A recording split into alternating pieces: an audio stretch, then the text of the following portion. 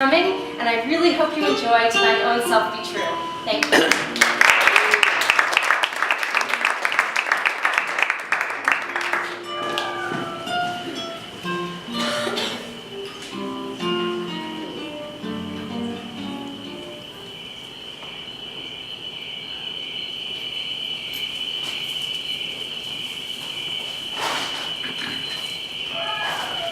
Who's there?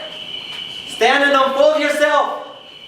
Hola, Bernardo. Safe. What? Is Horatio there? A piece of him. Welcome, Horatio. Welcome, good Marcellus. What has this thing appeared again tonight? I have seen nothing. Horatio says 'tis but our fantasy, and will not let belief take hold of him, touching this dreaded sight, twice seen of us. Therefore I've entreated him along with us to watch the minutes of this night, that if an apparition do come, he may approve our eyes and speak to it. Tush, tush, 'twill not appear. Sit down a while and let us once again unseal your ears that are so fortified against your story, what we have tonight seen. Well, sit we down and let Bernardo speak of this. Last night of all, Peace! Break the off, look where it comes again! in the same figure, like the dawn that's dead. Bowery scholar, speak to it, Horatio! Look it not like the dawn? Mark it, Horatio. Most like. It harrows me with fear and wonder. It will be spoke to. Question it, Horatio. What art thou that usurpest this time of night? Together in that fair and warlike form, to which the very dome of Santa Fe did sometimes march? By heaven I charge thee, speak! It is offended. See, it stalks away. Say, speak, I charge thee, speak! It's gone, and will not answer. How now, Horatio? You tremble and look so pale. Is not this something more than fantasy? What think you want? Does it not look like the dawn? As thou art to thyself. Says twice before and jump at this dead hour when Marshal Stock hath become by our watch. In what particular thought to work I know not. But in the gross and scope of my opinion, this bodes some strange eruption to our state.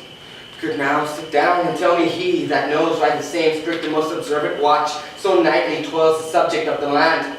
Our country has, as you know, by President James K. Polk of the United States, thereto pricked on by manifest destiny, dared our country to secession, in which our valiant Hamlet, whose image even now appeared before us, refused the forfeit of our lands.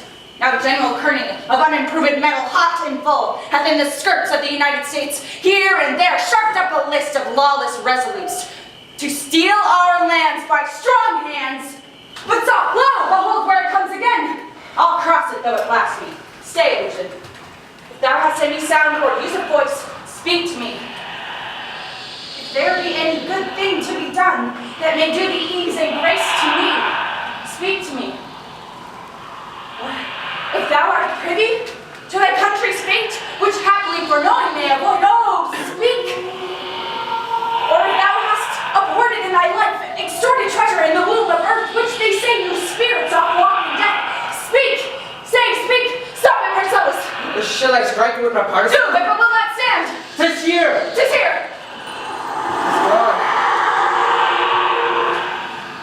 We do it wrong, being so majestical to awkward show violence, for it is as the air invulnerable, and our vain blows malicious mockery. 'Twas about to speak when the cock crew. But then it started like a guilty thing upon a fearful summons.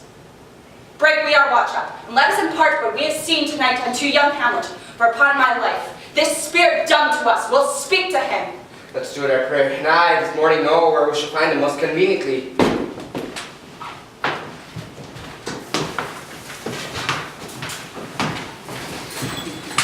Though yet of Hamlet our dear brother's death the memory be green, and that it us befitted to bear our hearts in grief, and our whole nation be contracted in one brow of woe.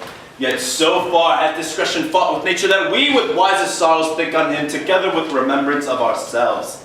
Therefore, our sometime sister, now our wife, the imperial jointress to this warlike state, have we as twere with the defeated joy, with an auspicious and a dropping eye taken to wife. For all our thanks. And now, that you know, President Polk, holding a weak supposal of our work, thinking about our late dear brother's death, our state to be disjoint and out of frame. Colleagued with the dream of his ambition, he had not failed to message us with message, importing the surrender of our land. So much for him. And now, Laertes, what's the news with you? You told us of some suit. What wouldst thou beg, Laertes, that is not thy offer, but not thy asking? The head is not more native to the state of Santa Fe than the state of Santa Fe is to your father. What wouldst thou have, Laertes? My dread lord, your leave and favor to return to France. From hence willingly I came to Santa Fe to show my duty in your coronation. Yet now I confess that duty done, and my thoughts been again toward France, and bow them down to your gracious leave and pardon. Have you your father's leave? What says Polonius? He hath, my lord, wrung from me by slow leave, by laborious and petition, and at last upon his will I sealed my hard consent. I do beseech you, give him leave to go. Take thy fair hour, Laertes. Time be thine, and thy best graces be at thy will. And now, my fair cousin Hamlet and our son. A little more than kin and less than kind. How is it that the clouds still hang on you? Not so, my lord, I have too much of the sun. Good Hamlet, cast thy nighted color off, and let thine eye look like a friend on Santa Fe. Do not forever with thy veiled lid seek for thy noble father in the dust. Thou know'st 'tis common. All that lives must die, passing through nature to eternity. Aye, madam, it is common. If it be, why seems it so particular with thee? Seems, madam, nay it is. I know not seems. 'Tis not alone my inky cloak, good mother, nor customary suits of solemn black, nor windy suspiration of hoarse breath, no, nor the fruitful river in the eye, nor the dejected havior of the visage, together with all forms, moods, shapes of grief, that can denote me truly. These indeed seem, for they are all actions that a man might play. But I have that within which passeth show these but the trappings and the suits of woe. 'Tis sweet and commendable in your nature, Hamlet, to give these morning duties to your father. But you must know, your father lost his father, that father lost his, to do obsequious sorrow, but to persever in an obstinate condolences, of course of impious stubbornness, 'tis unmanly grief. Aye, 'tis a fault to heaven, a fault against it, a fault to nature, to reason most absurd. We pray you, throw to earth this unprevailing woe, and think of us as of a father. For let the world take note, you are the most immediate to our throne, for your intent in going back to Wittenberg is most retrograde to our desire. We beseech you, bend you to remain our chiefest courtier, cousin, and our son. Let not thy mother lose her prayers, Hamlet. I pray you, stay with us. Go not to Wittenberg. I shall in all my best obey you, madam. Why, 'tis a loving and fair reply. Madam, come. This gentle and unforced accord of Hamlet sits smiling to my heart. Come away.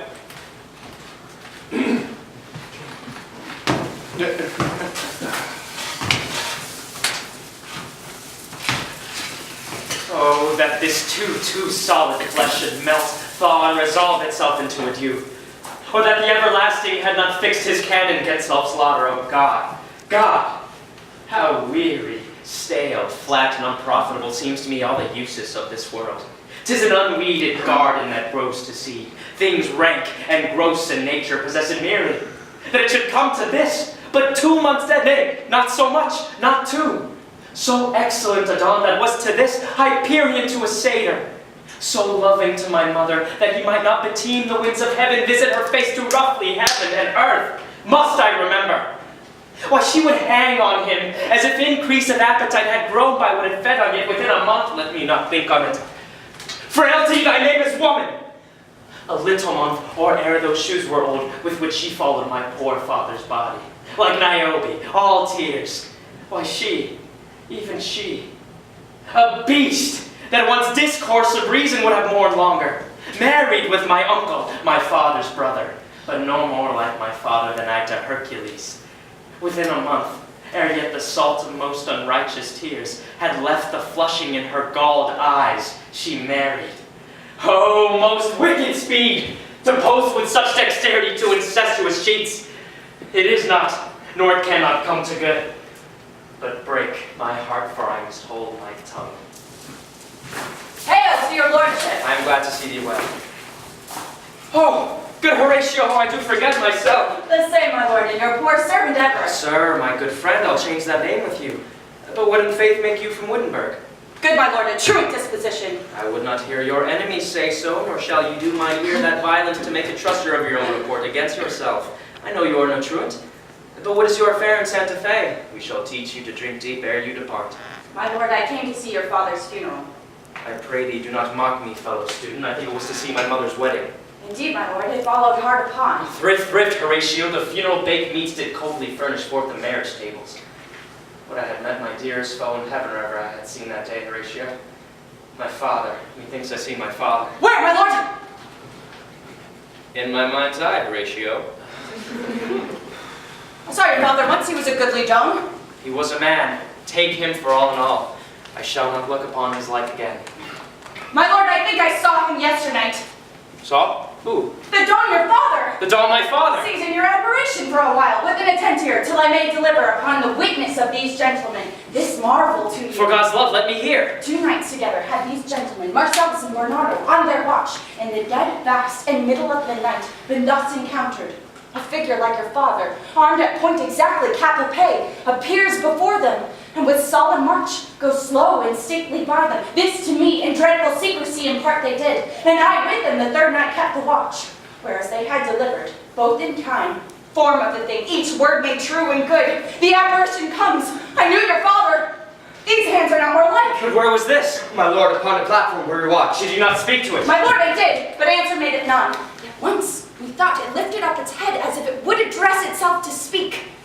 But even then the morning cock crew loud, and at the sound it shrunk in haste away and vanished from our sight. 'Tis most strange. Hold you the watch tonight?